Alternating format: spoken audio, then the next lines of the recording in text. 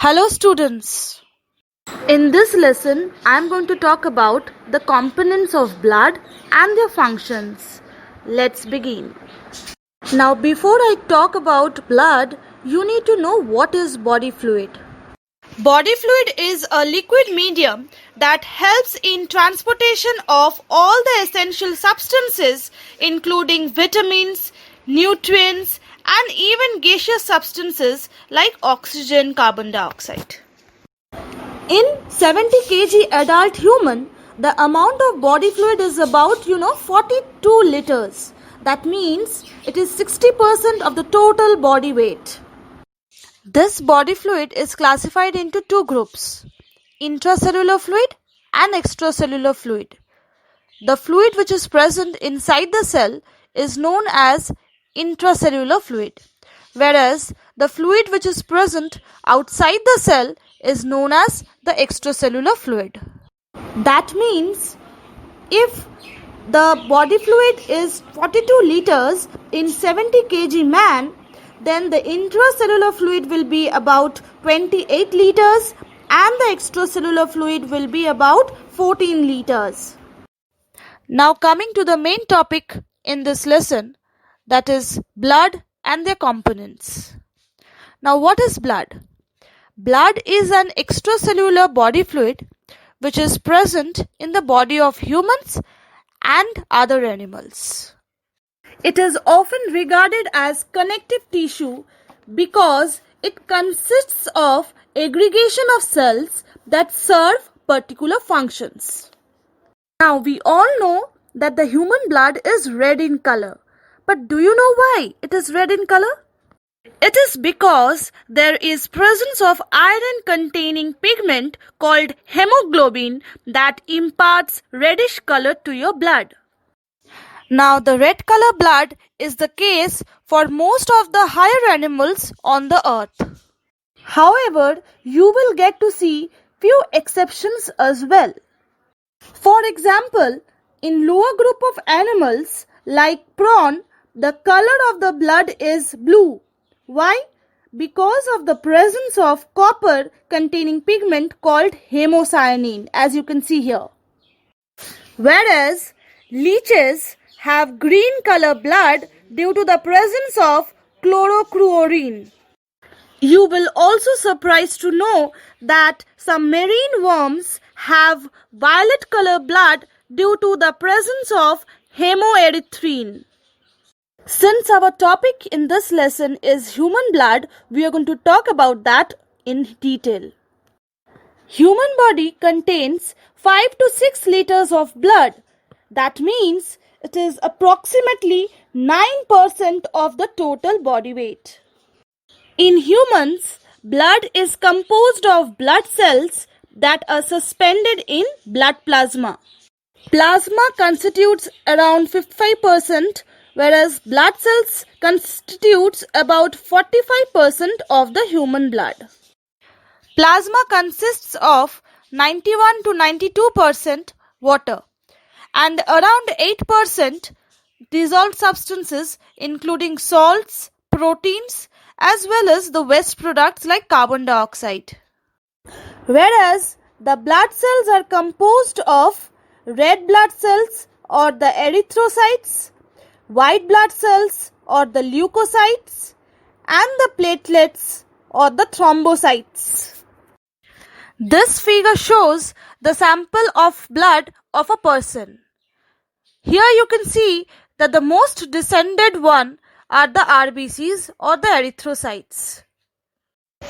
This volume of erythrocyte in the sample of blood is known as hematocrit. Now, above the erythrocyte layer, there is a translucent layer composed of white blood cells, that is the WBC, and the platelets. The rest is the blood plasma, which is pale yellowish color that makes up the liquid portion of the blood. The three types of blood cells, namely RBC, WBC and the platelets, are collectively known as the formed elements of the blood, as you can see here. Now let's talk about the human RBCs or erythrocytes. Now these erythrocytes are biconcave and non-nucleated disc. Biconcave means it is curved inwards on both sides, whereas non-nucleated means it does not have nucleus. I have already said before that RBC contains a pigment called hemoglobin, because of which it is reddish in color. This hemoglobin is made up of a protein called globin and a non-protein group, that is the heme. Heme means iron, and due to the presence of this iron, the blood is red in color. As we know that oxygen is essential for our body, this RBC helps in the transportation of oxygen from the lungs to the cells and tissues. At the same time, it also carries away the toxic substances like carbon dioxide from the cells and tissues to the lungs. It's a colorless nucleated blood cells, and they can be of various sizes and shapes. Now, these leukocytes can be classified into two main groups, granulocytes and agranulocytes. We are going to talk about this briefly. Granulocytes make up between 50 to 70% of the total WBC. They are characterized by cytoplasmic granules. That means here the cytoplasm is filled with granules. Now these granulocytes play an important role in defending the body against any germs that should not be present in your body and can harm you as well. It also can heal the wounds after an injury. Now there are three types of granulocytes. One type of granulocyte is neutrophil. You can see here in the picture. This neutrophil make up the majority of the leukocyte in humans. However, they are the smallest of the three granulocytes.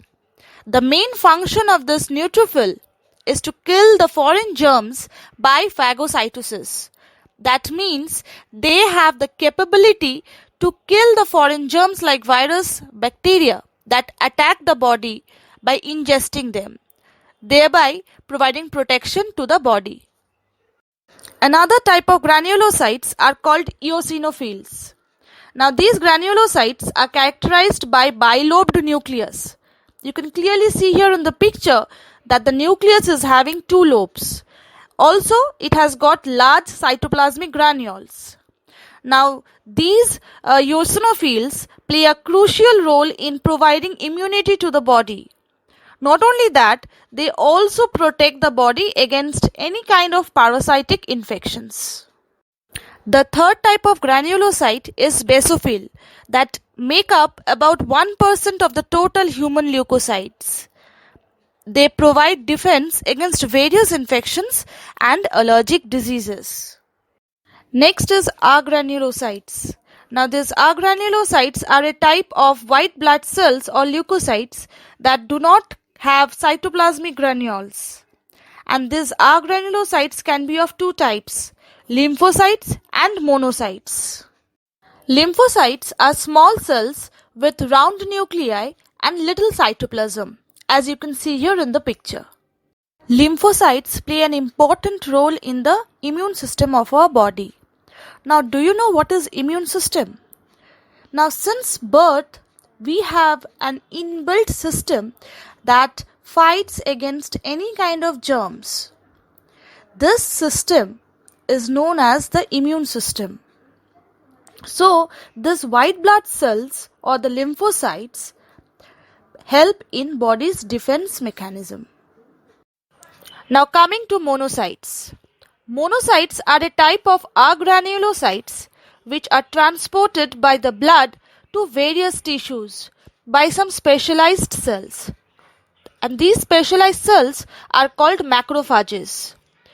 These macrophages are involved in detection and destruction of bacteria and other harmful organisms, thereby protecting the body from any kind of infections. Next is platelets. Now the platelets are smallest cells of the blood. These are colorless, disc-shaped and are devoid of nucleus.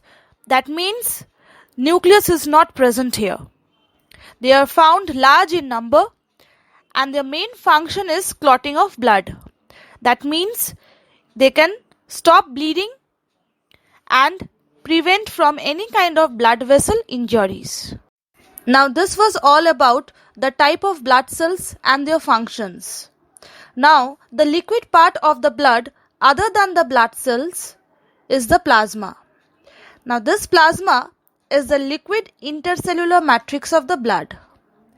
It basically helps in transportation of essential substances like nutrients and also helps in removal of waste products. Not only that, it also helps in immunity and body defense. I hope by now you have understood the different components of human blood. You can easily differentiate the yellow tinged solution which carries the formed elements, that is the red blood cells, white blood cells and the platelets as shown in the picture. In the next lesson, I am going to talk about how circulation of blood takes place in humans by a system known as the human circulatory system. Thank you.